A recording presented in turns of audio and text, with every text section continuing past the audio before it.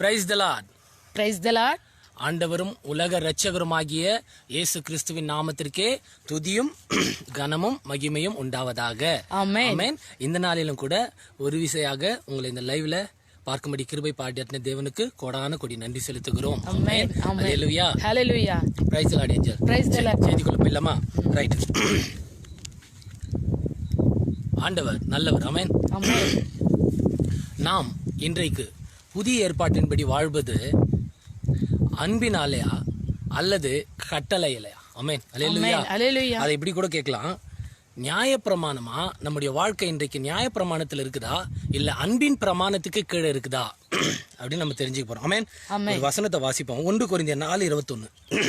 உங்களுக்கு என்ன வேண்டும்? ஆமென். உங்களுக்கு என்ன வேண்டும்? நான் பிரம்போடு உங்களிடத்தில் வர வேண்டும். நான் பிரம்போடு உங்களிடத்தில் வரவா அல்லது அன்போடு வரவா? சாந்தமுள்ள ஆவியோடு வர வேண்டும். போதும் போதும் போதும். நான் பிரம்போடு உங்களிடத்தில் வரவா அல்லது அன்போடு உங்களிடத்தில் வருவா? ஆமென். அல்லேலூயா.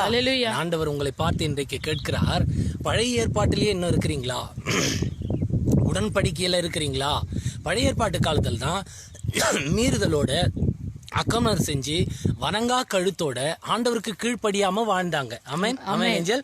சோ அப்படி இருக்கிறவங்களுக்கு தான் அந்த நியாயப்பிரமாணத்தை கொண்டு வந்தார். ஆமென். அல்லேலூயா. ஆண்டவர். அல்லேலூயா. ஆமா. ஆனா நம்ம கட்டளைக்கு உட்படாமல் இன்றைக்கு மேலத்துக்கு அன்புக்கு உட்பட்டு இருக்கிறோம். ஆமென். அல்லேலூயா.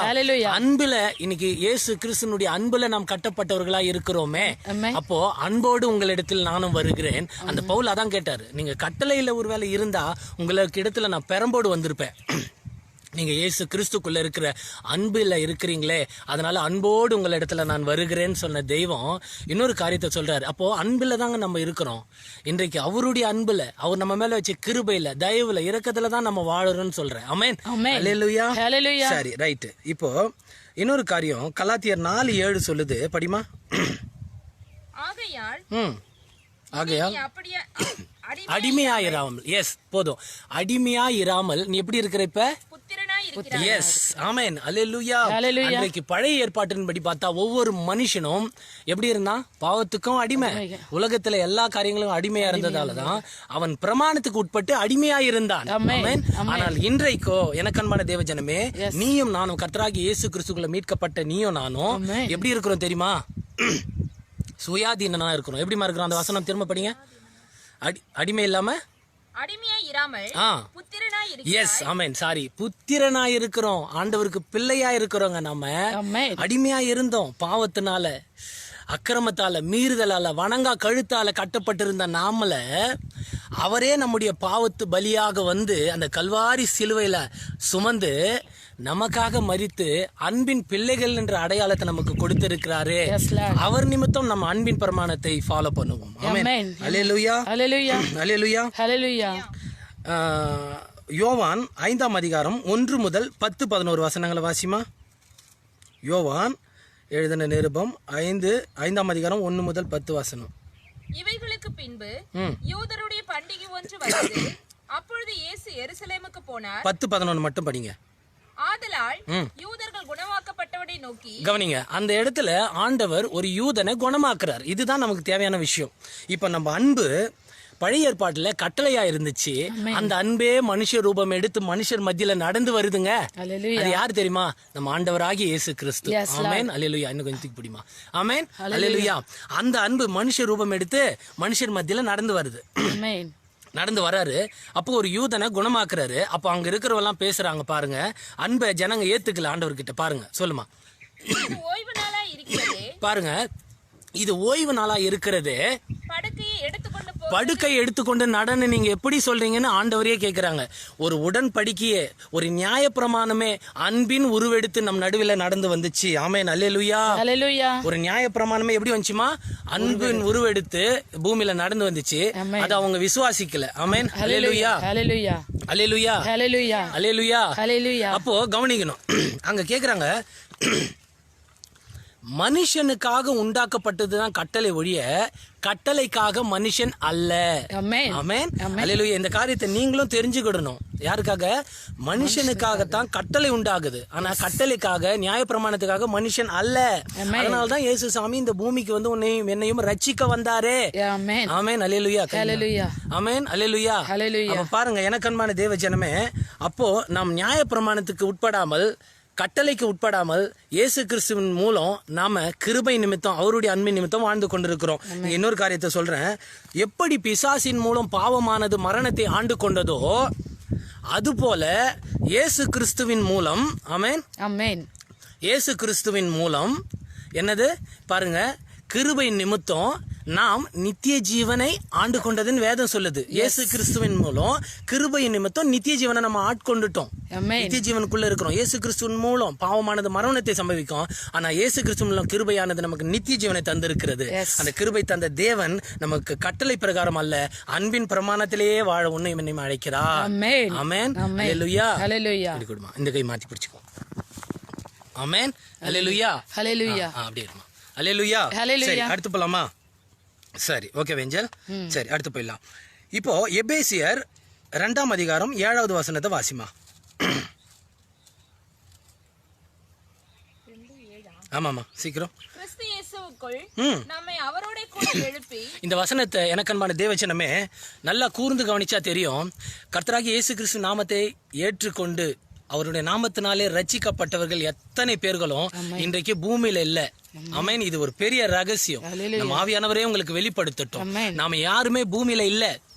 எப்பொழுது நம்முடைய பாவங்களுக்காக நாம் மரித்து நீதிக்கு பிழைத்தோமே அப்போதே அந்த பரலோக ராஜ்யத்துக்குள்ளாக இயேசு கிறிஸ்து உட்கார்கிற அந்த வலது பாரிசத்துல நாமும் இயேசுக்குள்ளாக உட்கார்ந்து கொண்டிருக்கிறோம் என்று இந்த வசனம் தெளிவுபடுத்துகிறது.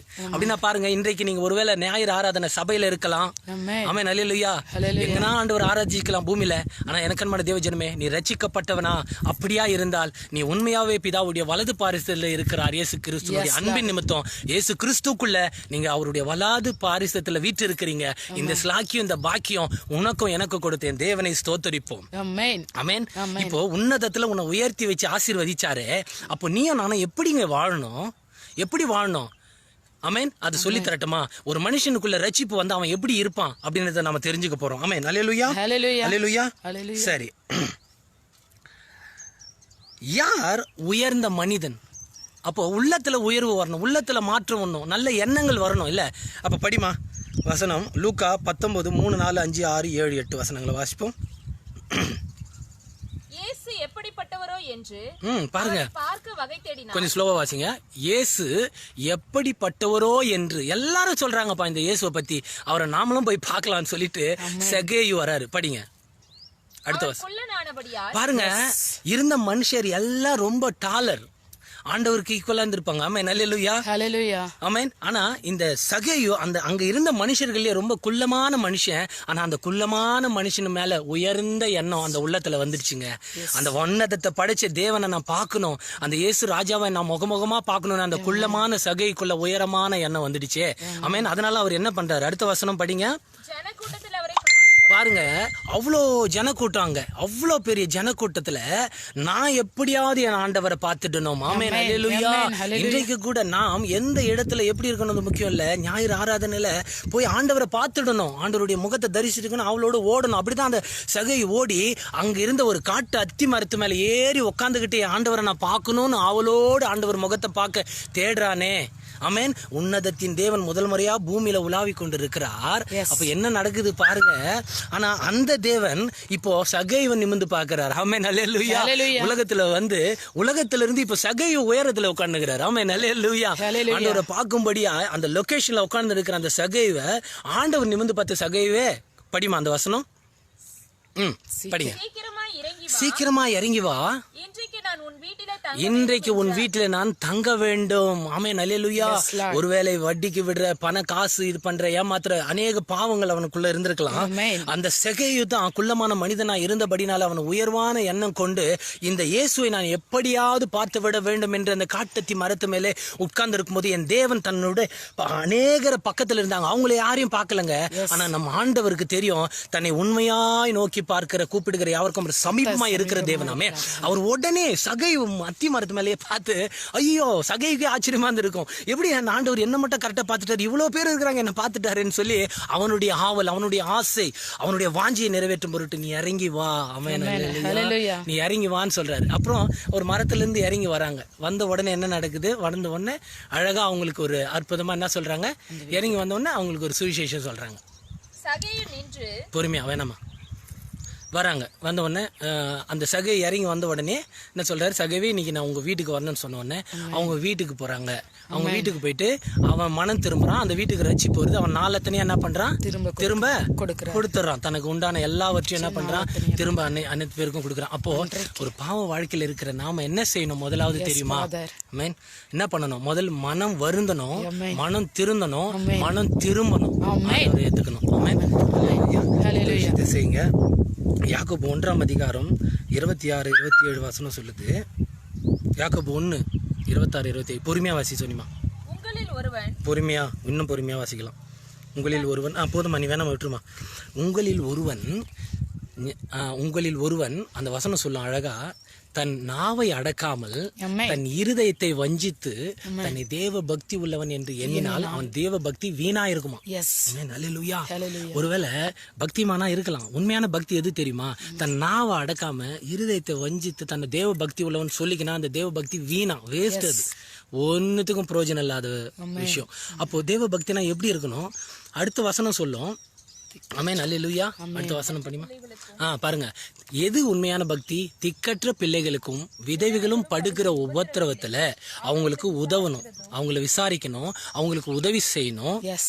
அது மட்டும் இல்ல, உலகத்தால் கரைபடாதபடிக்கு. அதாவது பவுல் சொல்லுவாரு, வெளியிலிருந்து வருகிற புறம்பே இருந்து வருகிற யாவும் ஒரு வழியா வந்து ஒரு வழியாய் போயிடும். ஆனா உனக்குள்ள இருந்து வருகிற விபச்சாரம், வேசித்தனம், இச்சை, பெருமை, சண்டை, சச்சரவு, இந்த மாதிரி கோபம், எரிச்சல், இந்த மாதிரியான காரியங்களுக்கும் இருதயத்துல இடம் கொடுக்காதீங்க. அன்பின் நிமித்தம் நீங்க நல்லா இருக்கிறீங்களா, ஆண்டவர் உங்களை ஆசீர்வதிக்கிறாரா, அவருடைய அன்பை அநேகருக்கு ஷேர் பண்ணுங்க, ஆண்டவர் உங்களை ஆசீர்வதிப்பார். அப்படிப்பட்ட அன்புதான் மாசு இல்லாத சுத்தமான பக்தியா இருக்கும். ஆமென், அல்லேலூயா. அதுதான் சுத்தமான பக்தி. அப்போ love to others, help to others and live to others. Such a life we are keeping means our life will be a உண்மையுள்ள ஒரு அர்த்தமுள்ள நிரந்தர வாழ்க்கையை நாமளும் இந்த பூமியில வாழ முடியும். ஏசு சாமி உனக்காகவும் எனக்காகவும், உன்னுடைய பாவம் என்னுடைய பாவத்துக்காகவும் அக்கிரமத்துக்காக சுயம் பார்க்காம, ஆமென், சுயத்தை பார்க்காம அந்த உன்னதத்திலிருந்து இறங்கி வந்தார் இல்ல. ஆமென், அல்லேலூயா.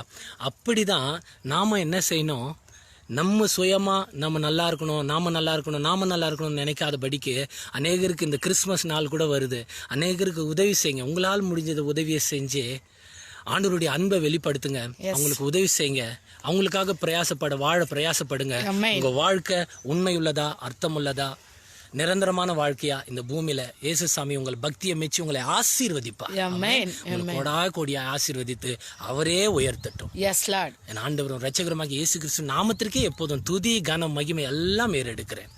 ஆமென். கர்த்ததாமே உங்களை ஆசீர்வதிக்கட்டும். ஆமென். ஏஞ்சல் சிஸ்டர் சின்னதா ஜெபம் பண்ணி முடிச்சிருவாங்க. ஆமென். மகா பரிசுத்தமும் கிருபை நிறைந்த எங்கள் நல்ல தெய்வமே, நன்றியோடு கூட துதிக்கிற ஸ்தோத்திரிக்கிற சாமி, கொடுக்கப்பட்டதான நல்ல மத்தியான வேலைக்காய் நன்றி செலுத்துகிறோம். அப்பா, அந்த வருஷத்தோட கடைசி நாட்கள்ல வந்து கொண்டிருக்கிற சாமி, கத்தாதாமே பெரிய காரியங்களை செய்ய முடியாது ஜெபிக்கிறோம். இந்த நாள்ல கூட கத்தாவை கேட்ட சத்தியத்தின் பிரகாரமா ஆண்டவரே, நாங்கள் மனம் திருந்தி ஆண்டவரே சப்பா, ஆண்டவரே மனம் திரும்பி மனம் வருந்தி ஆண்டவரே சப்பா உண்மையும் உத்தமமா இருக்க கதை கிருபை செய்ய முடியாது ஜெபிக்கிறோம். திக்கற்ற பிள்ளைகளுக்கு விதவைக்கும் ஆதரவா இருக்க தெய்வம் நீர் ஆண்டவரே. இந்த நாள்ல கத்தாவே எங்களோடு கூட இருப்பீராக. இதை பார்த்து கொண்டு இருக்கிற ஒவ்வொருத்தரோடு கூட கத்தர் இருப்பீராக. இந்த வார்த்தை ஒவ்வொருத்தரையும் கத்த தொடும்படியாய் ஜெபிக்கிற அன்பின் பிரமாணத்துல ஒவ்வொருத்தரும் வாழட்டும். ஆசீர்வதிங்க. உங்களுடைய அன்பின் நேசக்கரத்தால் ஒவ்வொருவரையும் அணைத்துக் கொள்ளுங்க. உமக்கென்றும் இந்த ஜனங்களுக்கென்றும் அவர்களும் வாழ பிரயாசப்படும் போது அவர் வாழ்க்கை உண்மையுள்ள அர்த்தமுள்ள நிரந்தர வாழ்க்கை மாற்றி ஆசீர்வதிங்க. எல்லா துதியும் கனமும் உமக்கே செலுத்துகிறோம் மீட்பர் இயேசுவின் நாமத்தில் பிதாவே. ஆமென். ஆமென். ஆமென். Praise God.